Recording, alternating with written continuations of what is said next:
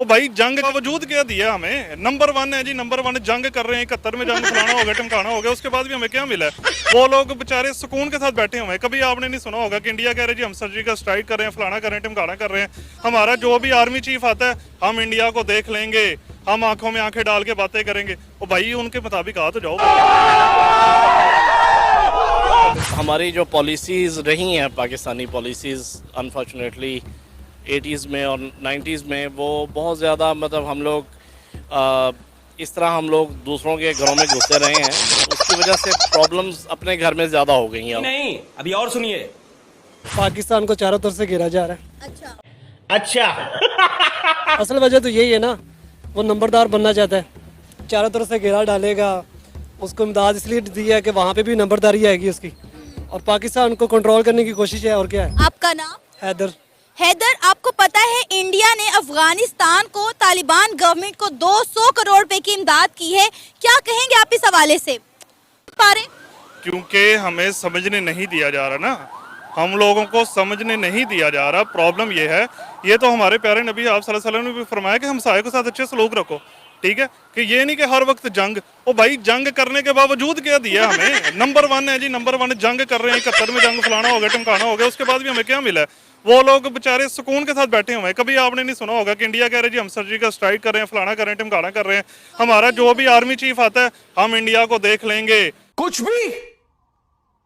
भी हम आंखों में आंखें डाल के बातें करेंगे। ओ भाई उनके मुताबिक आ तो जाओ पहले, ठीक है? हम लोग सिर्फ जो है ना बढ़ के मार रहे हैं, उनको पता है आवाम इसी से खुश हो जाती है, और लोगों को जो है ना वो चूना दो, लोगों को लॉलीपॉप दो, लोग एंजॉय कर रहे हैं, बस दैट्स इट। ये बातें जो है ना बड़ी डीप हैं, बड़ी लंबी चौड़ी बातें हैं ये करने वाली। अफगानिस्तान के साथ हमारे अच्छे खासे ताल्लुकात थे जो हमने खुद खराब कर दिए, और अगर अब इंडिया उनका साथ दे रहा है, क्योंकि मुश्किल वक्त में भी इंडिया ही उनके काम आया था, ठीक है? अब इंडिया उनका साथ दे रहा है तो हम जो है सब यही बोल रहे हैं कि जी अफगानिस्तान पाकिस्तान के खिलाफ इस्तेमाल करने के लिए इंडिया सब कुछ कर रहा है। बातें भला क्या है? अफगानिस्तान मुसलमान कंट्री है, हम भी मुसलमान कंट्री है। जब मैं हूँ ना, मेरा भाई मुसलमान है, जब वो मेरा भाई तीसरे बंदे को पैसे देगा ना कि यार इसके घर के ऊपर बम गिराओ, तो मैं अपने भाई को क्या कहूँगा? कि मेरा भाई उठ के पैसा लेके, अमेरिका से पैसा लेके जो है ना वो कह रहा है जी कि इनके ऊपर बम गिराओ, इनके ऊपर जो मर्जी करो, कोई मसला नहीं है, ये मेरे रोड खुले हमें ले जाओ यार, जो दिल करता है करते रहो। तो आपका क्या ख्याल है, मेरा भाई मेरे पे एतबार करेगा दोबारा? वो तो यही कहेगा कि यार मैं किसी अपने दोस्त के साथ ताउन करूँ, और दोस्त उसका इंडिया, उस मुश्किल वक्त में इंडिया उसके साथ है, अब इंडिया उसके साथ ताउन कर रहा है। तो ये सारी चीजें जो है ना हमने खुद बर्बाद की हैं। और अब आप देखें कि अफगानिस्तान के मुआशी हालात देख ले, पाकिस्तान से बेहतर हैं। हमारे हालात आप देखें किस तरफ जा रहे हैं, पाकिस्तान डिफॉल्ट की तरफ जा रहा है। आटे चावल गंदम के रेट देखें, डॉलर के रेट देखें, पेट्रोल जो है वो हमारे पास खत्म हो गया है, ठीक है? हमसे तो बेहतर है भाई अफगानिस्तान, और साथ में वो दूसरा बांग्लादेश बहुत बेहतर है। आप डॉलर का रेट देख लें, वहाँ पे बांग्लादेश में डॉलर का रेट देख लें, इंडिया में देख लें। अफगानिस्तान जिसके अंदर रही हमेशा जंग ही रही है, और वो बेचारे, लेकिन उनके अंदर गैरत है ना, वो गैरत है, किसी के सामने झुकते नहीं, अल्लाह के अलावा किसी के सामने झुकते नहीं है।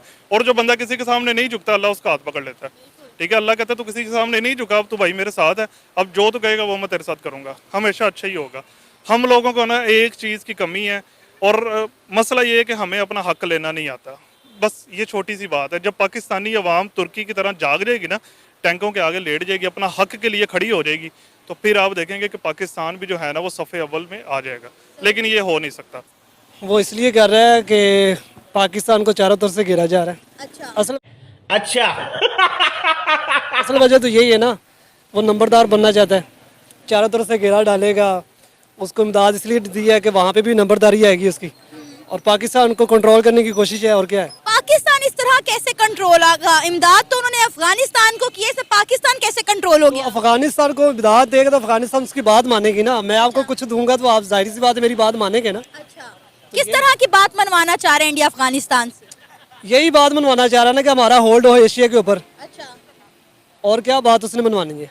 सही। और हमारे जो इदारे हैं माशाल्लाह से, वो बजाय उन चीज़ों के ऊपर फोकस करने के, उनकी अपनी लड़ाइयाँ नहीं ख़त्म हो रही। इंडिया का कहना है कि उन्होंने ये 200 करोड़ की इमदाद इसीलिए की है अफगानिस्तान को, तालिबान हुकूमत को, ताकि वो अफगानिस्तान में डेवलपमेंट कर सके। ये सब सोचा है, अच्छा, पीछे मकासद कुछ और ही है। पता चल जाएगा, आपको पता ही है मकासद यही है। आपको पता है इंडिया कभी जो है वो पाकिस्तान का या अफगानिस्तान मुसलमानों को दोस्त हो सकता है? कभी नहीं हो सकता। मकासद कुछ और ही है, वो यही है कि पाकिस्तान को उन्होंने फतह करना है। अच्छा, अगर ये सारे मसाइल थे और ये सब हमें पता था तो हमने फिर अपनी अफगानिस्तान के साथ बिगाड़ी ही क्यों? अच्छे ताल्लुकात जा रहे थे खान के दौर में, सबको पता है। ये जो नई हुकूमत आई है, इम्पोर्टेड हुकूमत जो आई है, उसके आने से ये हालात ख़राब हुए, सबको पता है। और इसके पीछे सारा अमेरिका है।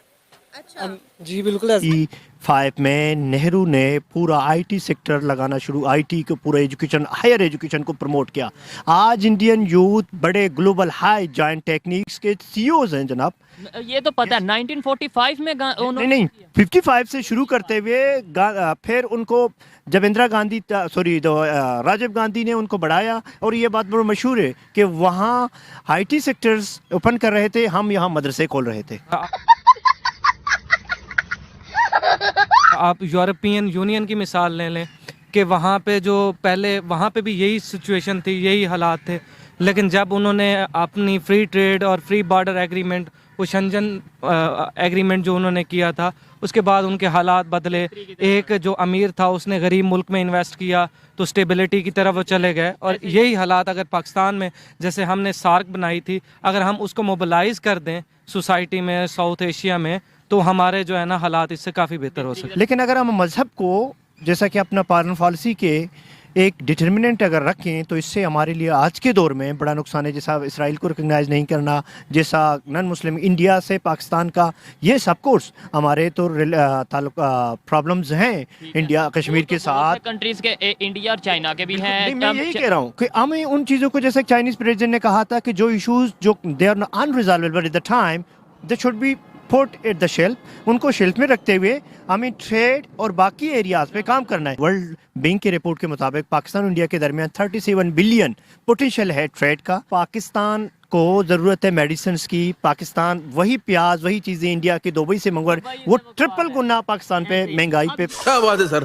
क्या बात है सर, क्या बात, ये बात है। ये आपको पता है, मुझे पता है, जो थोड़ी बहुत नॉलेज रखते हैं। लेकिन पब्लिक को यही है कि हम तो इंडिया से कुछ ले ही नहीं रहे, जबकि मेडिसिन अभी भी इंडिया से आ रही है, प्याज अभी भी इंडिया से आ रहा है, तो हम